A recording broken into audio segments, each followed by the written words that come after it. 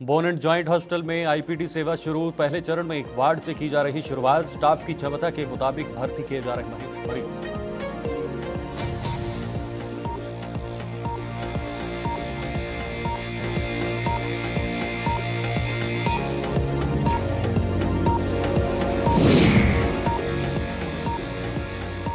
महरोट health sub centre की दयनीय बनी हालत। इलाज के लिए मरीजों को होना पड़ रहा दर बदर लंबी। ताने सोया कुछ पुलिस प्रशासन और स्वास्थ्य विभाग।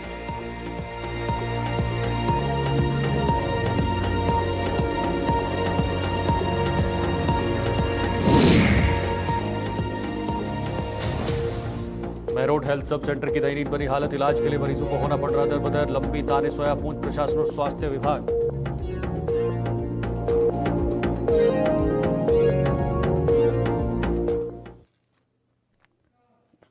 नमस्कार, गुलिस्तान न्यूज देख रहे हैं आप और जम्मू कश्मीर के इस खास बुलेटिन के साथ मैं शीतल शर्मा। शुरुआत करते हैं। जम्मू के महेशपुरा स्थित नवनिर्मित बोन एंड जॉइंट हॉस्पिटल में आज से मरीजों के लिए आईपीडी यानी इंडोर सेवा शुरू हो चुकी है। पहले चरण में एक वार्ड को शुरू किया जा रहा है जिसमें 90 बिस्तर हैं। अस्पताल में कुल 182 बिस्तर हैं और दावा है कि दिसंबर में सामान्य ऑपरेशन भी शुरू कर दिए जाएंगे। योजना के तहत पहले चरण में 30 से 40 बिस्तरों पर स्टाफ की क्षमता के मुताबिक मरीजों को भर्ती किया जा रहा है। बोन एंड जॉइंट अस्पताल में मौजूदा ओपीडी में 250 से 350 मरीजों का देखा जा रहा है, मगर इंडोर सुविधा न होने के कारण भर्ती मामलों की जीएमसी जम्मू में ही भेजा जा रहा था। इंडोर सेवा शुरू होने से जीएमसी पर हड्डियों के रोगों से जूझ रहे मरीजों का लोड भी कम होगा। तो आपको बता दें, जम्मू के महेशपुरा स्थित नवनिर्मित बोन एंड जॉइंट अस्पताल में अब मरीजों के लिए आईपीडी सेवा जो है वो शुरू कर दी है, यानी इंडोर सेवा भी शुरू कर दी है। यानी अब आईपीडी में भी लोग जो है वो दिखा सकते थे। पहले वहां पर ओपीडी मात्र था और उसके बाद जो आईपीडी वाले पेशेंट्स होते थे उन्हें जीएमसी में भेजा जाता था, लेकिन अब इस अस्पताल में ये सेवा भी मिल सकती है। शिल्पा हमारे साथ, हमारी सहयोगी इस वक्त जुड़ गए हैं। शिल्पा, आईपीडी की सेवा शुरू कर दिया है, इससे दूसरे अस्पतालों पे जो बर्डन पड़ रहा था उसमें कितनी कमी होगी और लोगों को इस सुविधा से कितना ज्यादा फायदा होगा, कितना ज्यादा जो राहत है वो मिलेगी? देखिए, बोन एंड जॉइंट अस्पताल की बात करें जो कि हाल ही में शुरू हुआ है और इससे पहले इंडोर सर्विसेज को शुरू किन्हीं कारणों की वजह से शुरू नहीं किया गया था। जहाँ पे ओपीडी सर्विस की बात करें तो ओपीडी सर्विस जो थी वो शुरू थी, लेकिन आज से इंडोर सर्विसेज को जो है वो शुरू किया गया है। मैं आपको बता दूं कि लगभग बताया जा रहा है कि 90 के करीब जो है वो बिस्तर की क्षमता है, लेकिन 30 से 40 के करीब जो है वो बिस्तर लगाई गई है, क्योंकि इस वक्त जो है बोन एंड जॉइंट अस्पताल में स्टाफ की जो है वो काफी ज्यादा कमी देखने को मिल रही है। और अगर जीएमसी की बात करिए तो जिस तरीके से वहां पर काफी ज्यादा लोड पड़ता था, तो अब वो लोड जो है वो कम हो जाएगा। यहाँ पे मरीज जो है वहां पर भर्ती हो सकते हैं, यानी कि अभी ऑपरेशन थिएटर जो है वो बोन एंड जॉइंट अस्पताल में शुरू नहीं किया गया है क्योंकि वहां पर इक्विपमेंट की कमी है और आने वाले समय में वो भी शुरू कर दिया जाएगा। लेकिन जैसे ही यानी कि जीएमसी में जब ऑपरेशन इनका होता है मरीजों का, तो उसके 2 दिन स्टेबल होने के बाद जो है उन्हें बोन एंड जॉइंट अस्पताल में लाया जाएगा। वहां पर जो है उन्हें भर्ती किया जाएगा और उनका इलाज जो है वो किया जाएगा। और अगर वहां की स्टाफ की बात करें तो लगभग 400 के करीब जो है वो पोस्ट की अपील की गई है। पोस्ट जो है वैकेंट है और 400 के करीब जो है पोस्ट की अपील की गई है कि ताकि स्टाफ जो है यहाँ पर पहुंच सके और जितनी भी सेवाएं हैं, फिलहाल एक वार्ड को शुरू किया गया और आने वाले समय में जितनी भी सेवाएं हैं वो जम्मू कश्मीर की हर एक आम जनता को, उन लोगों को, उन मरीजों को पहुंच सके जो मरीज जो है वो जीएमसी जाते थे, तो उन्हें जो है वो अब बोन एंड जॉइंट अस्पताल में जो है उन सेवाओं को आने वाले समय में जो है वो मिलने जा रही है। बिल्कुल शिल्पा, क्या आपातकालीन जैसी सुविधाएं भी वहां पर मिलेगी? क्योंकि जीएमसी में अक्सर देखा जाता है काफी ज्यादा लोड पड़ जाता है, एकदम से वहां पर इमरजेंसी जब स्थिति बनती है तो एकदम से वहां पर भीड़ भाड़ जैसा माहौल बन जाता है। तो क्या इस तरह की फैसिलिटीज भी आप लोगों को मिलने वाली है? देखिए, फिलहाल इस वक्त की बात करें तो वो एक ही वार्ड को जो है वो शुरू किया गया है, जहाँ पे ओपीडी सर्विस को जो है पहले शुरू किया गया था, अब इंडोर सर्विसेज को भी शुरू किया जा रहा है। तो धीरे धीरे जब स्टाफ जो है उनके पास बोन एंड जॉइंट अस्पताल के पास पूरा हो जाएगा, जब उन्हें ये लगेगा यानी कि इक्विपमेंट पूरी हो जाएगी, स्टाफ पूरा हो जाएगा, तो हर एक सर्विस जो है उस अस्पताल में दी जाएगी ताकि मरीजों को किसी प्रकार की परेशानी से जूझना ना पड़े। और जो जीएमसी में काफी भीड़ जो है, काफी रश जो है वहां पर देखने को मिलता था, तो वो भीड़ भी जो है वो कम हो जाएगी, क्योंकि जब पूरी सुविधाएं जो है, पूरी सेवाएं जो है वो उस बोन एंड जॉइंट अस्पताल में शुरू की जाएंगी, तो काफी ज्यादा राहत जो है वो मरीजों को मिलेगी। शिल्पा, स्वास्थ्य के नजरिए से देखा जाए तो कितना बड़ा कदम है ये और कितनी बड़ी सफलता है स्वास्थ्य विभाग के लिए? देखिए, अगर चुनौतियों की सबसे पहले हम बात करें तो सबसे पहले बहुत बड़ी चुनौती है, क्योंकि इस समय स्टाफ की काफी ज्यादा कमी है और जो सेवाएं मरीजों को पहुंचनी चाहिए वो सेवाएं अभी तक पहुंच नहीं रही है। तो ठीक है। पहले तो सबसे ज्यादा चुनौती रहेगी। और अगर इसकी बात करें, राहत की बात करें, तो मरीजों को जो है वो काफी ज्यादा राहत मिलने वाली है और एक बहुत बड़ा सराहनीय कदम है बॉयड एंड जॉइंट अस्पताल को बना के, क्योंकि जीएमसी में काफी ज्यादा भीड़ देखने को मिलती थी। तो जो भी बेड वहां पर, जो भी बिस्तर वहां पर खाली होंगे, मतलब मरीज को जो है वो लाया जाएगा, तो जो भी बिस्तर वहां पे खाली होंगे, तो जो भी मरीज वहां पर आएंगे तो उन्हें जो है वो अच्छी सेवाएं जो है वो मिल सकेंगी। ठीक है, तो कोई समय सीमा तय की गई है स्वास्थ्य विभाग द्वारा, कब तक पूर्ण रूप से ये सभी सुविधाएं जो है आम लोगों को मिलेंगी, वहां पर स्टाफ जो है पूर्ण रूप से दिख पाएगा? कोई समय सीमा तय की गई है? जी देखिए, अभी तक इससे रिलेटेड कोई भी जानकारी सामने नहीं आई है, लेकिन बताया जा रहा है कि जल्द ही सेवाओं को शुरू करेंगे।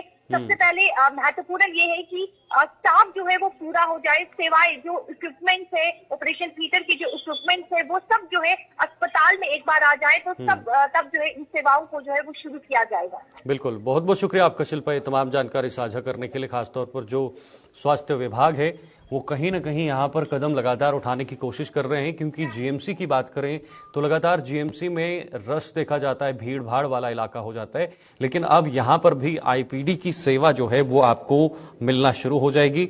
और बोन एंड जॉइंट हॉस्पिटल ये है और ये महेशपुरा में अभी फिलहाल बना हुआ है, वहीं पर इस तरह की सुविधाएं आम लोगों को मिलने की आगे संभावनाएं हैं और बहुत जल्दी पूर्ण रूप से वहां पर स्टाफ की जो है वो भी वहां पर तैनाती कर दी जाएगी। तो वही सुरनकोट के बहरोट इलाके में बने हेल्थ सब सेंटर की हालत दयनीय बनी हुई है। पिछले करीब 20 सालों में कई सरकारें आई और कई किसी ने भी इसकी ओर कोई ध्यान नहीं दिया, जिसका खामियाजा आम लोगों को भुगतना पड़ रहा है। मरीजों को आज भी इलाज के लिए कई किलोमीटर का सफर तय कर सुरनकोट जाना पड़ता है। यह सब सेंटर स्वास्थ्य विभाग की कार्यप्रणाली पर सवालिया निशान लगा रहा है और पुंछ प्रशासन भी लंबी ताने सोया हुआ है। आखिर क्या वजह है इसकी, इस पर भी जानकारी लेंगे। और उससे पहले एक और हम दूसरी तरफ की बात करें, सुरनकोट के एक तरफ जम्मू में जहां आईपीडी की सेवा जो है बोन एंड स्पेशलिस्ट अस्पताल में मिलना शुरू हो गई है, दूसरी तरफ अगर गांव की बात करें, दूर दराज इलाकों की बात करें, तो वहां पर अभी भी स्वास्थ्य सेवाओं से जो संबंधित चीजें हैं वो आम लोगों को नहीं मिलती हैं, जिस वजह से उन्हें शहरों का रुख करना पड़ता है और शहरों पर जो है वो बर्डन बढ़ जाता है। तो कहीं ना कहीं जो sub centre, health sub centre बना हुआ है, उसकी हालत काफी खराब है और उसकी जीती जागती तस्वीरें और जीता जागता सबूत हम आपको दिखाने की कोशिश कर रहे हैं। आप खुद अंदाजा लगा सकते हैं कि किस तरह की हालत बनी हुई है इस हेल्थ सेंटर की और वहां पर आखिर कैसे लोग जो हैं वो अपने इलाज के लिए जाएंगे। और क्योंकि यहाँ की स्थिति, यहाँ का जो हालत बनी हुई है, ये पूरी तरह से दयनीय बनी हुई है। हमारे साथ हमारे सहयोगी इस वक्त जुड़ गए हैं, आकाश मलिक फोन लाइन पर हैं, उनके पास चलते हैं। आकाश, इस तरह का जो ये सब सेंटर बना हुआ है, इसकी हालत काफी खराब देखी जा रही है, वजह क्या है? इसको सुधारने के लिए कोई कदम क्यों नहीं उठाए जा रहे हैं? क्यों इस तरह की हालत इस सब सेंटर की बनी हुई है? जी मैं आपको बताता चलूं, ये जो सब सेंटर है मुंडेमाल मरोट का सब सेंटर है, ये आज से 20 साल पहले बना है। मौजूदा सरपंच से भी बात हुई, वहां पे मौजूदा सरपंच ने भी कहा कि ये जो मरोट इलाका है एक दूर दराज इलाका है और ये काफी पिछड़ा हुआ इलाका है और यहाँ पे जो है एडमिनिस्ट्रेशन की तरफ से जो है इस पर सरपंच ने कहा है कि कोई भी तवज्जो नहीं दी जाती। ये सब सेंटर की बात करें, इस सब सेंटर की हालत बद से बदतर है। जिस दिन ये बना था उस दिन से लेकर आज तक इसमें कोई भी जो है इजाफा नहीं हुआ और उसके साथ साथ मौजूदा लोगों ने भी ये मांग की है कि एक दूर दराज इलाका है। जैसे बाकी जगह देखा जाए कि हर जगह में पीएचसी है और बड़े बड़े हैं, और उनने एलजी एडमिनिस्ट्रेशन से भी मांग की है कि इस जगह पे पीएचसी तो है, यहाँ पे जो है एक हॉस्पिटल, सब डिस्ट्रिक्ट लेवल का हॉस्पिटल भी होना जरूरी है, क्योंकि इसमें जो आबादी बहुत ज्यादा है। जी शीतल, आबादी बहुत ज्यादा है, लेकिन उसके बावजूद भी इसको निगरानी नहीं की जा रही है, देखा नहीं जा रहा है। वजह क्या है कि 20 सालों से ये इसी तरह का बना हुआ है। एक तरफ स्वास्थ्य को और बढ़ावा देने की बात जो है वो सरकार की तरफ से की जा रही है, लेकिन दूर दराज इलाकों में जो बुनियादी सुविधाएं हैं वो तक नहीं पहुंच पा रही हैं। तो क्या आज तक इस पर किसी की नजर नहीं गई? कोई सरकार या प्रशासन की नजर बिल्कुल भी नहीं गई? सर उस हवाले से बात करें, सरकार की बात करें, ऐसे कई सारे सब सेंटर्स हैं और कई सारे स्कूल्स भी हैं जिनकी हालत बद से बदतर है। सरकार की तरफ से जो है बड़े बड़े दावे तो किए जाते हैं, लेकिन जमीनी सतह पे हमने देखा है जमीनी के हकूक जो आज ये तस्वीरों में आप देख सकते हैं कि इस सब सेंटर की कितनी बद से बदतर हालत है। मौजूदा सरपंच ने कहा है मुलाजिम तो ड्यूटी पे आता है लेकिन वहां पे कोई डॉक्टर्स नहीं है।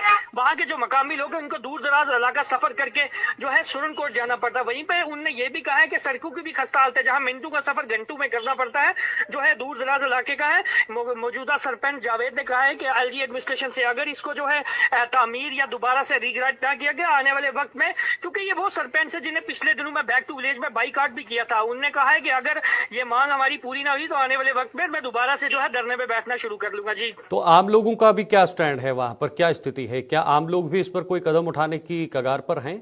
क्या ऐसा कोई खबर है? बैक टू विलेज में लोगों ने भी बाइकाट किया था। आज भी लोगों ने कहा है कि इस सब सेंटर को अपग्रेड करने की जरूरत है, क्योंकि मेडिकल फैसिलिटी के हवाले से मैंने पहले भी बताया दूर दराज इलाका है, सुरनकोट जाना पड़ता है, रोडों की हालत भी खराब है जिसकी वजह से सुरनकोट पहुंचते पहुंचते कुछ लोग दम भी तोड़ देते हैं। तो उसी सरपंच के हवाले से बात करें, उन्होंने एलजी एडमिनिस्ट्रेशन से मांग किया कि इसको अपग्रेड करके पीएचसी में कन्वर्ट किया जाए। जी तो क्या रिस्पॉन्स मिला है, आश्वासन क्या मिला है? क्या ऐसी कोई संभावना है कि जल्द ही इस पर कदम उठाया जाए, खासतौर पर बैक टू विलेज के नजरिए से देखा जाए? मैं आपको बताता चलूं, बीएमओ सुरनकोट से भी बात हुई है। उन्होंने कहा मेरे नॉलेज में आज ही ये बात आई है, मैं वहां पे खुद विजिट करूंगा, उस बिल्डिंग की हालत देखूंगा। अगर मैंने उनको वीडियोस भी बताई है, उन्होंने कहा है कि मैं वहां पे विजिट करूंगा, उसके बाद ही देखा जाएगा कि इस पर क्या फैसला लिया जाएगा। जी ठीक है, देखना होगा कब तक इस पर काम होगा और कब ये सुविधाएं लोगों को मिलेंगी। बहुत बहुत शुक्रिया आपका आकाश, तमाम जानकारी साझा करने के लिए। तो ये आपको बता रहे थे किस तरह से पीएचसी में जो वहां पर सब सेंटर बना हुआ है उसकी क्या हालत बनी हुई है, किस तरह से वहां पर आम लोगों को वो सभी सुविधाएं नहीं मिल पा रही हैं, चाहे वो दवाइयां हो या बाकी अन्य चीजें हो। डॉक्टर भी समय पर वहां पर नहीं बैठते, जिस वजह से लोगों को अब शहरों का रुख करना पड़ रहा है। अब आगे बढ़ते हैं, रियासी की बात करेंगे। रियासी के खनन ठेकेदार कुछ स्वयंभू पत्रकारों से बेहद परेशान है। ठेकेदारों ने रियासी में ऐसे पत्रकारों के कारनामों को लेकर एक प्रेस कॉन्फ्रेंस की है और प्रशासन से इनसे निजात दिलाने की गुहार लगाई है। ठेकेदारों का आरोप था कि ऐसे लोग हाथ में मोबाइल फोन लेकर सरकार द्वारा आवंटित ब्लॉक पर पहुंच जाते हैं और उन पर डील करने का दबाव डालते हैं, और तो और इनकार करने पर ये लोग उन पर बेबुनियाद लगाकर सोशल मीडिया पर अपलोड कर देते हैं, जिससे उनकी छवि भी धूमिल हो रही है। ये बताना चाहूँगा सर, ब्लॉक नंबर 27 वैसे मैं अपनी तरफ से बहुत अच्छी तरह से ब्लॉक में चला रहा हूँ। जहाँ तक ये हमारा वीकली हमारे डीएमओ साहब हैं जो भी कंसर्निंग हमारे माइनिंग के हैं, ये वहाँ वीकली जाते हैं, वहाँ जाके पूरा देखते हैं और मेरा जो डिमार्केशन किया हुआ वहाँ पे पॉइंट लगाए हुए हैं। मैं अपनी माइनिंग ब्लॉक के अंदर से ही माइनिंग करता हूँ। उसमें रहा मेरे पास 2.4 हेक्टेयर का ब्लॉक है, एक छोटा सा ब्लॉक है। उसमें पूरा जो उन्होंने जैसे जैसे हमें वो इंस्ट्रक्शन देते हैं वहाँ से हम माल निकालते हैं। अभी बड़ा अजीब सा लगता है, जिसके बच्चे के पास स्मार्टफोन है वो वहां जाके हमें बोल देता है हम मीडिया है, हमें हमारे साथ डील करो। मुझे बड़ा अजीब सा लगता है, किस किस के साथ डील करे। उसके बाद हमें माफिया कहा जाता है, बड़ा अजीब है। हम दावे से कहते हैं जब हमने ब्लॉक लिया था 2 करोड़ रुपया गवर्नमेंट को दिया। आज भी हम बड़े लेवल पे जितनी भी रॉयल्टी आती है आज ऑनलाइन सिस्टम हो गया, जो भी पर्ची करती है ऑनलाइन से पर्ची करती है। रही बात वो कहते हैं कि इतना डिगिंग किया, हमारे ब्लॉक में जाके कोई डिगिंग नहीं। आप सरफेस दे सकते हैं, चुनाव का जो लेवल है, लेवल से हम अपने जो जितना सिस्टम है उतना माल उठा रहे हैं। रही बात ली, हम क्या करते हैं वहां पे पानी का जब ब्लॉक होता है पानी पीछे जाता है, इसलिए हमने ली बनाई हुई है जो रोड को हर जगह पिट बनाए हुए हैं, हर जगह तो गाड़ी पहुंच नहीं सकती। वो हम सैंड को ऊंचा करते हैं, ऊंचा करके आगे जाके हम प्रॉपर हम सैंड निकालते हैं। ठीक है, उस सैंड को वो जो भी आता है वो हमें ये कहता है, कभी कोई कुछ कहता है, हमें यही नहीं पता लगता कि कौन वहां से आके वीडियो आके हमें चंद हो, कोई मीडिया का कोई आइडेंटिटी कार्ड हो या कोई हो, कोई भी आता है हमसे बैठो डील करो, हमसे बैठो डील करो। अच्छा, कौन से ऐसे मीडिया वाले जो भी अभी जो जिसने अभी कुछ ही दिनों पहले चढ़ाया, हमें मेरे लड़कों को भी बोला वहां पे आके ऐसे वो बोलते हैं डील करो जी, हमसे डील करो, हमारे साथ बात करो, बैठ के ये करो। ये कि मैं नहीं कर सकता, इतने नहीं कर सकता अभी। इसमें क्या आपसे पैसे की हाँ डिमांड करते हैं सर, उसमें बाकायदा डिमांड करते हैं। और मैं भगवान को हाजिर नाजिर रखता हूँ, मैं झूठ बोल नहीं सकता, झूठ बोलो। उधर डिमांड की है, मैंने उनको नकार दिया, मैं नहीं कर सकता, क्योंकि हर बंदे के किस किस के साथ हम डील करेंगे। हमने अपना काम करना, पैसा लगाया हुआ। आगे बढ़ते हैं। जम्मू में राहगीरों को पीने का पानी सस्ते दामों पर उपलब्ध करवाने के उद्देश्य से सरकार ने जम्मू शहर में कई जगहों पर ऑटोमेटिक वाटर वेंडिंग मशीनें लगाई गई थी, लेकिन लाखों रुपए खर्च करने के बावजूद लोगों को इन मशीनों से पानी नहीं मिल पा रहा है। जगह जगह लगी ये मशीनें आज धूल फेंक रही हैं। मशीनों के शुरू न होने से राहगीरों को महंगे दाम पर पानी खरीदकर पीना पड़ रहा है।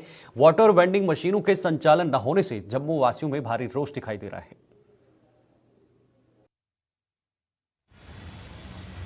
देखिए, इसमें आप देखें, अगर नहर से लेके बीसी रोड, शालामार चौक, कहीं भी देखो 35 फ्रिज जो वेल्डेन मशीन है, ये वेल्डेन मशीन ये इंस्टॉल हुई थी। तो इन केस ये जब से आप सुचारू रूप से देखें, अगर जब से ये इंस्टॉल हुए हैं तो अदरवाइज इसमें पानी आप देखें, अपने पूरे समर निकाला है, इसमें पानी नहीं आया, फैसिलिटी कोई नहीं दी गई। और अब विंटर है, लोग देखो हज़ारों की तादाद में बाहर से श्रद्धांजलि यहाँ आते हैं, माता वैष्णो देवी आते हैं और रघुनाथ मंदिर दर्शन करने के लिए आते हैं। तो इसमें देखें वो इतने वो हैं कि लोगों को अपनी जेब से 20 रुपये खर्च के पानी पीने के लिए वाटर लेनी पड़ती है। तो देखो, सरकार ने अगर लाखों करोड़ों रुपए लगाए हैं तो इसमें कम से कम ये खाली बेबुनियादी ढांचे ही लगे हैं और इसमें कुछ नहीं है, पानी की सुविधा तो बिल्कुल नहीं है। तो अगर आप ये देखोगे, अगर स्मार्ट सिटी के तहत इन्होंने ये इंस्टॉल किए हैं तो इसमें चाहिए कि सुचारू रूप से आप जो देखेंगे, ये जो खंभे भी लगे हैं, थोड़ा आप इस तरह कैमरा घुमाइए, ये जो लगे हैं इसमें टोटल करंट है। अभी 2 दिन पहले इसमें ये पानी नहीं आ रहा तो किसी ने इसको हाथ लगाया टूटी को, तो इसमें करंट पड़ी उसको ज़बरदस्त।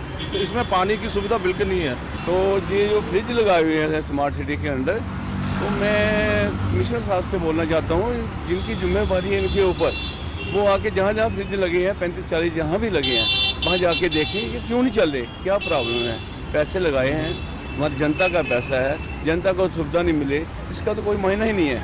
इसके लिए ज़रूर इसके ऊपर ध्यान देना चाहिए। पानी कम से कम ये main point as a bus stand और स्कूल, और जो पंजाब से, हरियाणा से, यूपी से गाड़ी आती है वो जहाँ भी ड्रॉप पैसेंजर करती है, जब वो देखते हैं यार इधर पानी की सुविधा है, हम जाते हैं पानी पीने के लिए, तो जब इधर देखते हैं पानी नहीं है, उनका मूड अपसेट हो जाता है। किसी के पास पैसा जेब में होता है, किसी के पास नहीं होता, वो कहाँ जाएगा। गवर्नमेंट ने अगर इतने पैसे लगाए हुए हैं, इसको चालू करे। हमारा तो यही मानना, गवर्नमेंट से अपील करते हैं इसके ऊपर जरूर ध्यान दिया जाए। जितने भी लगे हैं जहाँ पे फ्रिज है, तो जरूर ध्यान दिया जाए, कम से कम किसी आदमी की ड्यूटी लगाई जाए, जहाँ डेली चेक किया जाए। और साथ में ये देखिए स्मार्ट सिटी की जो पोल वगैरह लगाइए, स्कूल की गेट कितनी शॉर्ट है, फ्रंट है, कोई बच्चा इसका हाथ लगा दे तो उसकी ज़िंदगी से खिलवाड़ हो रहा है। और ये जो वाटर कूलर लगाए हैं, पानी इनमें तो है ही नहीं बिल्कुल भी।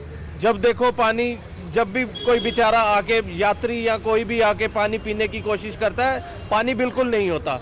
और ये साथ में ये स्कूल के गेट के बाहर पोल लगे हुए हैं, इनको पोलों को जब भी देखो, आए तीसरे चौथे दिन बाद जब भी बारिश पड़ती है उसके बाद करंट हो जाती है।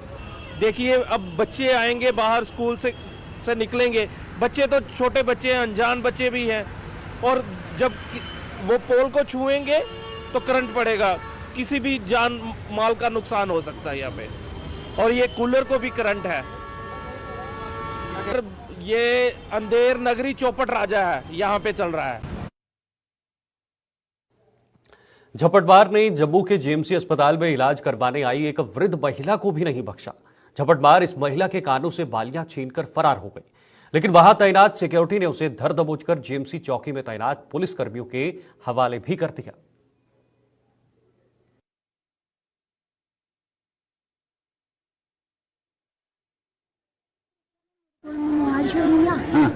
मेरा मुआवजा करो, मुझे दिखिए ना।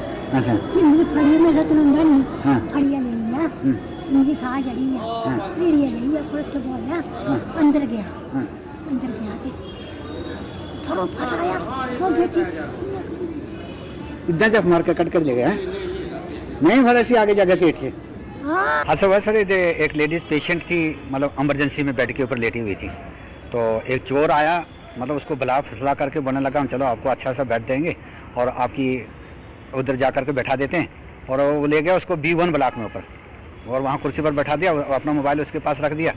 तो फिर बोलने लगा मैं थोड़ी देर के बाद आता हूँ और फिर मैं आपको बेड दिला देता हूँ।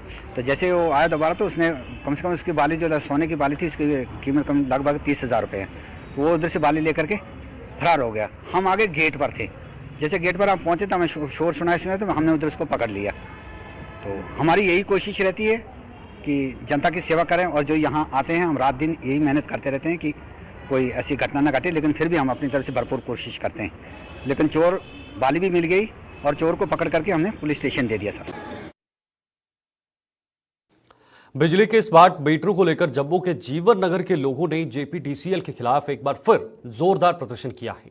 लोगों का आरोप था कि जेपीडीसीएल ने बिजली के बुनियादी ढांचे को दुरुस्त करने के बजाय स्मार्ट मीटर लगाने पर ज्यादा जोर डाल रही है। बिजली के टेढ़े मेढ़े खंभों पर लगी बिजली की तारें जमीन को छू रही हैं और इसकी ओर जेपीडीसीएल कोई ध्यान नहीं दे रही है। इन लोगों ने बताया कि कुछ वर्ष पूर्व यहां में बिजली के डिजिटल मीटर लगाए थे और आज उन्हें उखाड़कर स्मार्ट मीटर लगाए जा रहे हैं।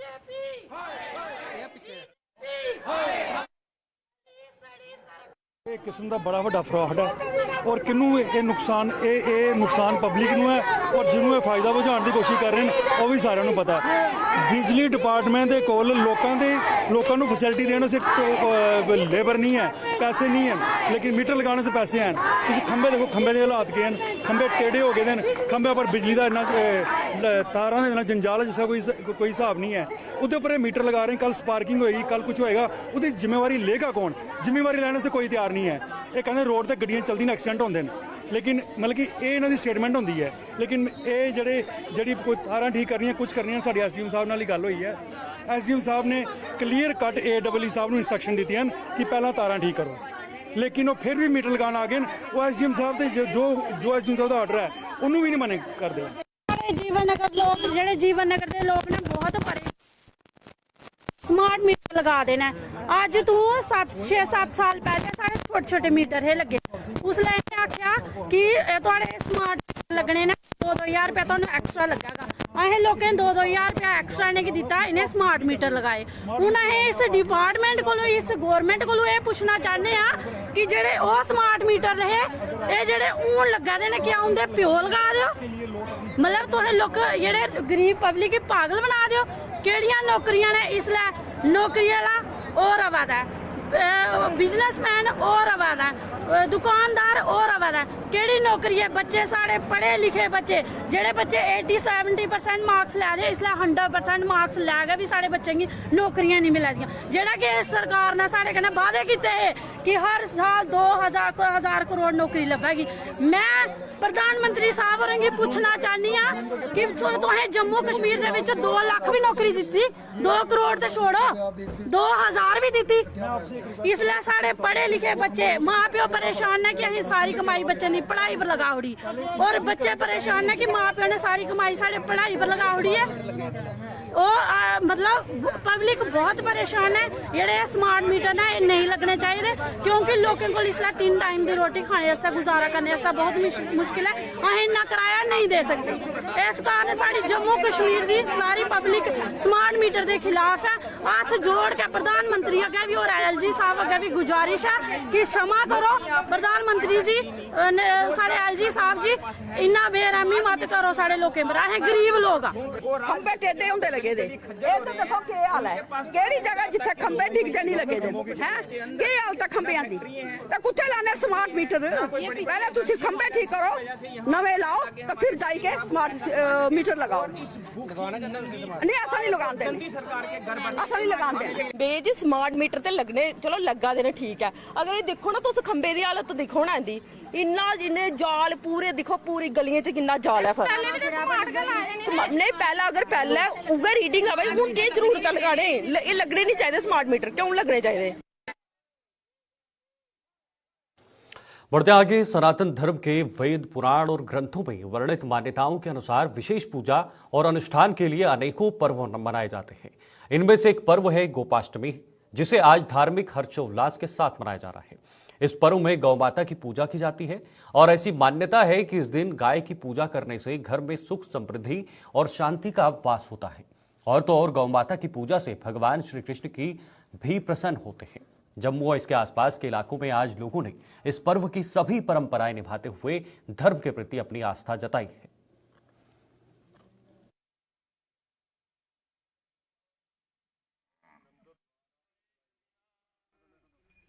प्रातः से ही लेके गौ भक्त जहाँ हमारी गौशाला में आए हैं, ये हर साल यहाँ पे गोपाष्टमी के पर्व पे यहाँ भंडारा और गौ पूजन का कार्यक्रम रहता है। तो आज प्रातःकाल से ही लेके आप देख सकते हैं कि गौ भक्त आए हुए हैं और गाय माता की जो पूजा की जा रही है। जैसे बताया गया है कि गौ माता जो है आज ही के दिन से भगवान कृष्ण ने जो गौ चराने का कार्य प्रारंभ किया था, उस दिन से लेके गोपाष्टमी का जो पर्व मनाया जाता है। और क्योंकि सनातन धर्म के अंदर कहा गया कि जो गौ है, गौ के अंदर 33 कोटि देवताओं का वास है, तो इसलिए हमें गौ की पूजा करनी चाहिए। और सनातनों को आगे बढ़ के गौ रक्षा करना और गौ की सेवा करना, इससे हमारा कल्याण होने वाला है। जो गौ हत्या करते हैं उसके बारे में क्या? हमारा है कि सबसे पहले इस देश में गौ हत्या पर प्रतिबंध लगना चाहिए और जो इनके लिए कठोर दंड होना चाहिए। जो गौ हत्या करते हैं उनके लिए कठोर दंड की व्यवस्था की जानी चाहिए। और गाय का पूजन करने से सभी देवी देवताओं का पूजन हो जाता है और उनका आशीर्वाद प्राप्त होता है। इसलिए आज के दिन, आज गोपाष्टमी के दिन गाय की पूजा करना परम आवश्यक है। और माँ भगवती गाय जो है जे हमारा सब ओर से कल्याण करे। आज के दिन जो गाय का दान पुण्य करता है और उसको भगवान का धाम तथा गोलोक प्राप्त होता है और जहाँ इस संसार से सब प्रकार के सुख भोग कर अंत में मुक्ति को प्राप्त होता है। इसलिए आज का दिन गाय पूजन करके हम सब माँ भगवती गाय का आशीर्वाद लेते हैं और इसी आशीर्वाद से हमारे घर में सुख सौभाग्य की प्राप्ति होती है। बोल गौ माता की जय। चलिए, जम्मू कश्मीर के इस खास बुलेटिन में फिलहाल के लिए इतना ही। देश और दुनिया की तमाम खबरों के लिए आप देखते रहिए गुलिस्तान न्यूज। नमस्कार।